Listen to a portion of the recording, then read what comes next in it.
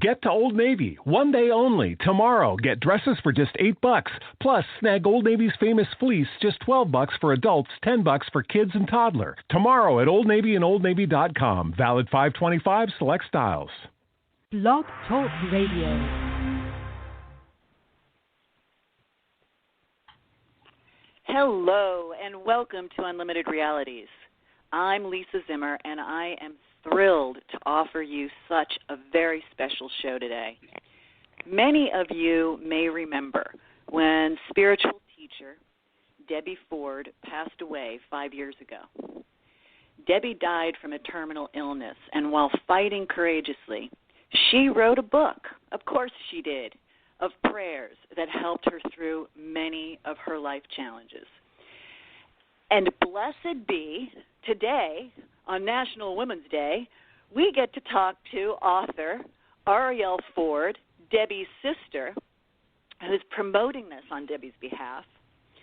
And we're going to talk about the power of this book, the power of this prayer book, and what a timely coming and launching of this in this time, in this day, in this age that we all need to have some faith and have some buildup of hope. I think this is just such an incredible, timely launch of this book. And then on the second half of the show, we're going to speak with ninth-time Oscar announcer and narrator of Your Holiness, which is the name of Debbie Ford's book. Sorry if I neglected that. The name of Debbie Ford's book is Your Holiness. And Randy Thomas narrated that, as well as she's the ninth-time Oscar announcer. She's going to talk to us in the second half hour. So please help me welcome my first guest, author Arielle Ford, Debbie Ford's sister. Arielle, thank you so much for coming on the show today. This is so exciting. Oh, thank you, Lisa. I was so excited to do your show that I actually got to my desk an hour early. I got the time all wrong. I bounced out of bed and go, oh, it's time to talk to Lisa. And then I called and it was like, call back in an hour. Okay. Oh, awesome. I feel really good. I feel really good about that. I've been very excited about this, and of course Debbie is with us. Her energy is all over here. She's very excited that this is going on. And it's been a very different show to prepare for, I have to tell you, because it's like I got a little assistance from Deb up here. So it's been Oh yeah, no, she knows what she wants. She'll tell you. It's a very, very cool show, very cool energy. So, Arielle, talk to me about how this book came into being. Yeah, I will. It's a very magical story. So I'm sure you're familiar with James Van Praagh. And for the two people listening that don't, he's the world's most famous and highly esteemed medium. He talks to dead people. And he's a longtime family friend. Debbie and I met him in the early 1990s, so we've known him forever. And a little more than a year ago, he called to tell me that he had just moved to San Diego, and he wanted my husband and I and my mom to come see his new house.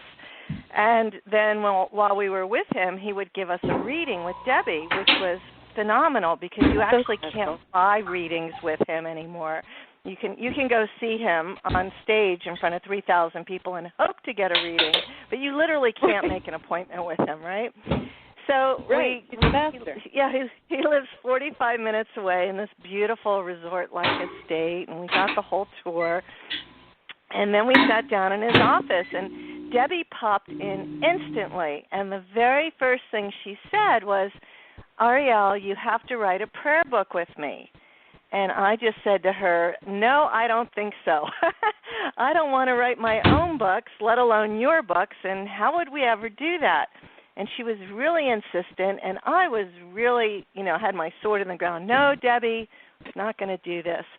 And then James says, she keeps talking to me about Minnie. Who is Minnie? And I was blown away, and I said to him, well, James, nobody knows this. In fact, you can't Google this information. But Bo, Debbie's son, has a half-sister named Minnie. And then he started laughing, and he said, oh, okay, now it makes sense. She wants you to tell Bo that when he was with Minnie, she was there too. Now, what was so crazy about this is that Bo lives in San Diego, Minnie lives in London, and she had just been here to visit us the week before. And on top of that, Minnie isn't even her real name. It's her nickname. So nobody on the planet knows this information. So the fact that he so precisely had her was really crazy. And then, of course, all the other dead relatives came through. My two dads and Brian's family and, my mother's soulmate. And, and it was a good reading. But, but Debbie kept coming in saying, Arielle, you have to write a prayer book with me. And, 90 minutes into the reading, we're all kind of tired and hungry, and we had plans to go to lunch. And I knew that this reading was never going to end unless I said yes. So I finally just said to James, I said, I don't know how in the world this is going to happen. You might have to help me. But okay, Debbie, somehow, some way, we'll write a prayer book together. So we go to lunch, we're driving home, and Brian, my husband, says, I spent so much time with your sister. I took her to all her doctor's appointments, her chemo treatments. We got so close, and I remember she told me she had written some prayers. Why don't you get a hold of Julie, and maybe she's got copies. Now, Julie Stroud is the woman who still runs the Ford Institute and is the keeper of everything Debbie. So I get home, and I send Julie a one-sentence email, and all it says is, do you by chance have copies of any prayers that Debbie wrote? And Julie writes me back and says, oh, I can do better than that. She wrote an entire manuscript. I've attached it. So I'm like, what? I was her one and only literary agent. How in the world did she write a book that I didn't know about? When did she write this book? So I open it up. I start reading it. I read the entire book in one sitting. It is spectacular. It's the most beautiful thing she's ever written. Oh, yeah. And then I pick up the phone to call her editor at Harper One, Gideon Weil.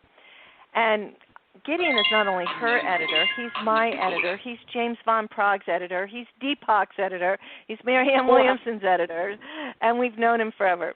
So I say, hi, Gideon, it's Arielle. I need to talk to you about Debbie. And he stops me, and he says, I'm so glad you called. For the last 4 years, I've been feeling so guilty. Your sister always wanted to write a prayer book, and I always talked her out of it. And I said, well, today's your redemption. Check your inbox. I just sent it to you. So, of course, he bought it instantly. And then this week, the book has come out, and it's called Your Holiness, Discover the Light Within. And it's just this juicy, love-filled, God-infused, coded book of hope and inspiration. Oh, I love this. This is just so incredible and how divine. I mean, she doesn't mess around. She comes in, tells you what she wants. She knew she had it done. She knew it was going to be easy. Boom, bang, boom, it's done. And I think this is just incredible. And the really crazy part, the reason I didn't know about it was because she, rather than show it to me, she just went straight to Gideon. And when Gideon turned it down, she just put it away because, in the last couple of years of her life, when we were together, we weren't really talking books. We were talking pain levels and experimental treatments and, what she needed. Right. So it wasn't the conversation about your next book. Or even if she tried to talk to me about a book, I would never let her go there because I knew what her prognosis was. And it was like, what can we do for you in this moment right now? Let's, we'll talk about books later. Okay. So as she was going through her treatment, is this when you believe she wrote the entire book, or was it something she actually that you wrote think it? She compiled it. She wrote it before that. She had gone through a very difficult and unfortunate and really horrific relationship, which she actually believed was, what kicked off the reoccurrence of cancer. And every morning she would get out of bed and go into her office and get on her hands and knees and pray to be released from this nightmare she was going through. And that's when she wrote it. So it actually got completed I believe, a couple of years before she got super sick. God bless her. Okay. Now, in the time in reading all of these prayers, there's a prayer here that is called "Drenched in Holiness," and I really that was her favorite. That was her absolute favorite. Such a beautiful, beautiful prayer, and I feel like today is. I found it a little ironic that it's National Women's Day, and we've got this strong, powerful female that we're talking about today, and her essence lives on even in her passing. I'd like to talk about this. I'd like to read it first, and then I'd like to talk about it because you can feel her through this so much in what she's moving through, and I think it's something that's representative of all of us on our own journey and in what we're moving through today in our lives, and we can all use this. So here we go. It's called Drenched in Holiness. Dear God, Spirit, Divine Mother, on this day I ask you to grant this request. May I know who I am and what I am every moment of every day. May I be a catalyst for light and love and bring inspiration to those whose eyes I meet. May I have the strength to stand tall in the face of conflict and the courage to speak my voice even when I'm scared. May I have the humility to follow my heart and the passion to live my soul's desires. May I seek to know the highest truth and dismiss the gravitational pull of my lower self. May I embrace and love the totality of myself, my darkness as well as my light. May I be brave enough to hear my heart, to let it soften so that I may gracefully choose faith over fear. Today is my day to surrender anything that stands between the sacredness of my humanity and my divinity. May I be drenched in my holiness and engulfed by your love. May all else melt away. That's like lyrics to a song. Yes. Yes, and what she's done with this book is it's a very precise book because she begins the book with the darkest day of her life when she was in her 4th drug treatment center on her 10th day, and all she could think about was running away to go find drugs. And she decided to go into the bathroom and get on her hands and knees on this filthy, dirty floor and pray. Just pray for enough strength to stay one more day in the treatment center because she knew at that point if she didn't give up drugs, she was going to die. And while she was sobbing her little heart out and praying as hard as she could, her prayers were answered. She felt this sense of peace and calm come over her. And she realized that with God's help, by tapping into her divine self, that she could get through another day.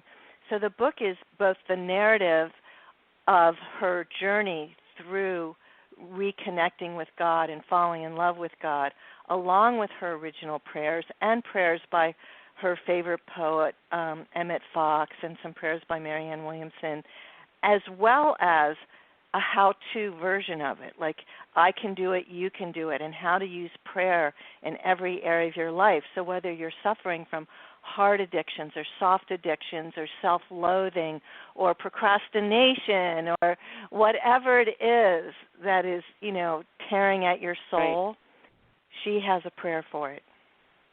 Right. And the piece that, I resonate with Debbie so much on so many levels in different ways. And there's that piece, that story that you were telling about when she was on her hands and knees and she was describing how she was a clean freak and how disgusting the floor was, and how, the gray grout is actually black with mold. And I could feel it, her descriptive telling of where she was in that moment was very raw and very real. And that's how she taught, that's how she drew people into her, was by allowing that truth and that vulnerability to be so visible and so transparent. Yes. Now, and I wanted to let you know that her seminal work, the